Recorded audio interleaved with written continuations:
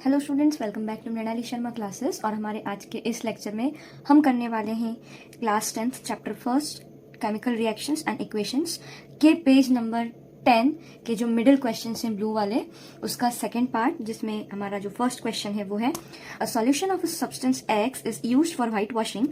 Name the substance x and right it's formula. Right the reaction of the substance x named in first above with what. अच्छा students, अब यहाँ पे बहुत सारी important tips मैं आपको देने वाली हूँ, जिसमें से सबसे पहली ये है कि जब आप आपके एग्जाम में आंसर लिखेंगे तो प्लीज बी फोकस्ड कि क्वेश्चन में क्या पूछा गया है। आपको वो लिखना है जो पूछा गया है, वो नहीं जो आपको आता है। ठीक है, जितने मार्क्स का क्वेश्चन है, इस तरह का क्वेश्चन 2 मार्क में आ सकता है, एक मार्क हर एक पार्ट के लिए। पहले में सिर्फ आपसे क्या पूछा है, एक्स का नाम और उसका केमिकल फॉर्मूला।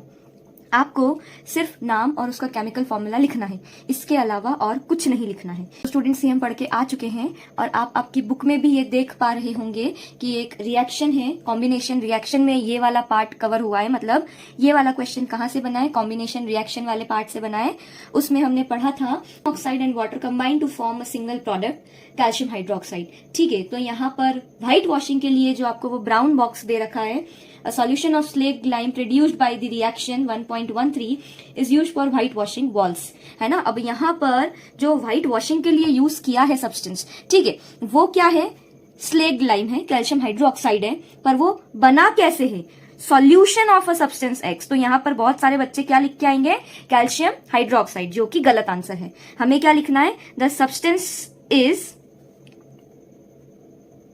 Calcium oxide. ठीक है, मतलब कैल्शियम ऑक्साइड का सॉल्यूशन यूज हुआ है जिससे कैल्शियम हाइड्रोक्साइड बना है, ना कि कैल्शियम हाइड्रोक्साइड। ठीक है, तो जो एक्स है वो तो क्या हो गया, कैल्शियम ऑक्साइड हो गया। और इसका chemical formula, it's chemical formula is CaO। अब यहां पर आपको क्या करना है, अपने आंसर को थोड़ा सा प्रॉपर दिखाने के लिए जो इंपॉर्टेंट चीजें हैं, जैसे ये कैल्शियम ऑक्साइड और कैल्शियम ऑक्साइड का फॉर्मूला CaO, इन दोनों को आपने क्या कर दिया, अंडरलाइन कर दिया। ये छोटी छोटी सी चीजें हैं जो आपके कॉपी को एक प्रेजेंटिंग मैनर में टीचर के सामने रखती है। जो चेकर रहेगा आपकी कॉपी का, तो वो ऑटोमेटिकली मार्क्स देगा खुश होकर के। ठीक है, अगर नीटनेस आपकी कॉपी में उसे दिखाई देती है तो। ठीक है, नेक्स्ट पार्ट है right the reaction of the substance x with water. मतलब अब हमें क्या करना है, कैल्शियम ऑक्साइड की रिएक्शन करवानी है वाटर के साथ में। ये भी हम बुक में पढ़ के आए हैं, आप देख रहे होंगे अपनी स्क्रीन पर। आपको बिल्कुल इसी तरीके से कॉपी में भी, आपकी आंसर कॉपी में लिखना है। देखना इधर कैसे लिखेंगे, कैल्शियम ऑक्साइड। और अच्छा, इनका स्टेट भी आप लिखेंगे। क्यों लिखेंगे, बिकॉज आपकी बुक में वो चीज मेंशन है ना। और आपको लिखने का तरीका शुरुआत में उस चैप्टर में बताया गया है, तो वो आपका नॉलेज प्लस आपकी प्रेजेंस ऑफ माइंड कि आपने कितना थॉरोली किसी चैप्टर को पढ़ा है, वो ये चीज चेक करते हैं। ठीक है, तो इस तरीके से हम मेंशन करेंगे। इसके बाद में उसका जो नेम है क्विक लाइम। अच्छा, CaO होता है क्विक लाइम, और CaO जब पानी के साथ रिएक्ट करता है तो बनाता है कैल्शियम हाइड्रोक्साइड, और वो होता है आपका स्लेक्ड लाइम। ठीक है, अब इसने वाटर के साथ रिएक्ट करी, वाटर लिक्विड फॉर्म में है, इसलिए इसका स्टेट लिख रहे हैं हम यहाँ पर सारे रिएक्टेंट्स का। मैंने कैल्शियम हाइड्रोक्साइड का नेम ऊपर लिख दिया था स्टूडेंट्स, इसलिए मुझे इस पे व्हाइटनर लगाना पड़ा। तो ठीक है, इसने रिएक्शन करी और क्या बना लिया, कैल्शियम हाइड्रोक्साइड, जो कि होता है स्लेक्ड लाइम। और साथ ही साथ क्या बना लिया इसने, हीट। अच्छा, यहाँ पर ये कैसी रिएक्शन है, एक एक्सोथर्मिक रिएक्शन है। एक्सोथर्मिक रिएक्शन से हम क्या समझते हैं बेटा, कि ऐसी रिएक्शंस जिनमें एनर्जी निकल रही है, हीट निकल रही है। मतलब जिस भी कंटेनर में रिएक्शन हो रहा है वो कंटेनर गर्म हो गया, मतलब क्या हो गया, हीट रिलीज हुई है। तो इस तरह की रिएक्शंस जिसमें हीट या एनर्जी रिलीज होती है, उसे हम बोलते हैं एक्सोथर्मिक रिएक्शन। तो ये किस तरह की रिएक्शन है, reaction of quick lime with water, it is an exothermic reaction. I hope this is clear to you. ठीक है, अब नेक्स्ट क्वेश्चन देखते हैं हम। Why is the amount of gas collected in one of the test tubes in activity 1.7 double of the amount gas collected in the other? Name this gas. अच्छा, अब सबसे पहले तो हम वो रिएक्शन समझ लेते हैं कि क्या हुआ था उसके अंदर। वो जो पूरी एक्टिविटी है 1.7 वो है इलेक्ट्रोलिसिस ऑफ वाटर।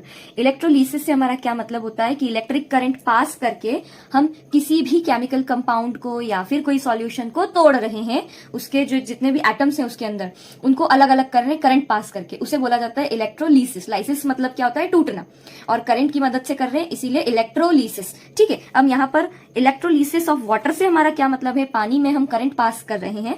इस कारण से क्या हो रहा है, पानी का केमिकल फॉर्मूला आपको पता है क्या होता है, H2O। अब यहाँ पे ये H2O के अंदर एक तो हाइड्रोजन आ रहा है और एक ऑक्सीजन आ रही है। तो हमसे यही पूछा है कि वो जो रिएक्शन हो रही थी ना उस बीकर के अंदर, उस मग के अंदर, उस पे एक इलेक्ट्रोड और ये दूसरी इलेक्ट्रोड, तो उसमें से एक पर तो हाइड्रोजन हो रही है और एक पर ऑक्सीजन हो रही है, पर हाइड्रोजन ज्यादा हो रही है as compare to oxygen, double. जैसे मान लो एक ऑक्सीजन का एटम अगर बना तो 2 एटम हाइड्रोजन के बन रहे, तो ये डबल क्यों हो रहा है, तो यहीं पे आपका आंसर भी छुपा है। वो इसीलिए हो रहा है क्योंकि वाटर का अगर हम फॉर्मूला देखने जाएं तो वो क्या होता है, H2O, मतलब एक ऑक्सीजन के एटम के साथ 2 हाइड्रोजन के एटम कंबाइन हो रहे हैं। तो मतलब जब हम इनको तोड़ेंगे बेसिकली तो 2 हाइड्रोजन अलग होगी और एक ऑक्सीजन अलग होगा। तो ये तो कॉमन सेंस वाली बात है कि डबल ही होना है, बस यही चीज उन्होंने यहाँ पर पूछी है और उसे हमें एक लैंग्वेज के फॉर्म में आंसर हमें हमारा कन्वे करना है। तो बस यही लैंग्वेज यहाँ पे बतानी है हमें, और वो है water is electrolysed to give hydrogen gas at 1 electrode. एक इलेक्ट्रोड पे तो हाइड्रोजन निकल गई, and O2 gas at the other electrode, और दूसरे इलेक्ट्रोड पे ऑक्सीजन निकल गई। Thus, 1 molecule of water on electrolysis give 2 molecules of hydrogen। 2 molecule देगा।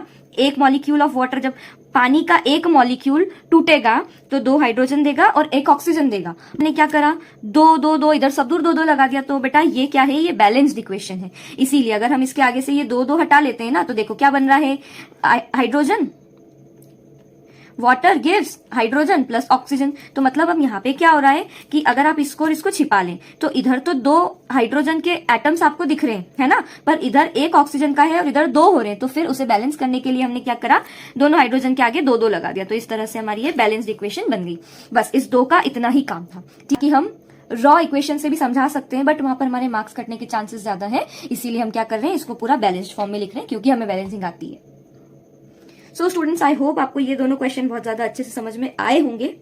इसके बाद वाले जो क्वेश्चंस हैं पेज नंबर 13 के, वो हम हमारी आने वाली वीडियो में करेंगे, और इसे जितना हो सके अपने फ्रेंड्स के साथ शेयर करें ताकि ज्यादा से ज्यादा बच्चों को ये जल्दी जल्दी पढ़ के याद हो जाए। कुछ चीजें बिल्कुल बेसिक है और यहाँ से क्वेश्चंस इसी लेवल के आएंगे, इससे ज्यादा बड़ा लेवल नहीं जाएगा। तो इसे शेयर करें। Thank you so much. अच्छा लगा तो चैनल सब्सक्राइब कर दें।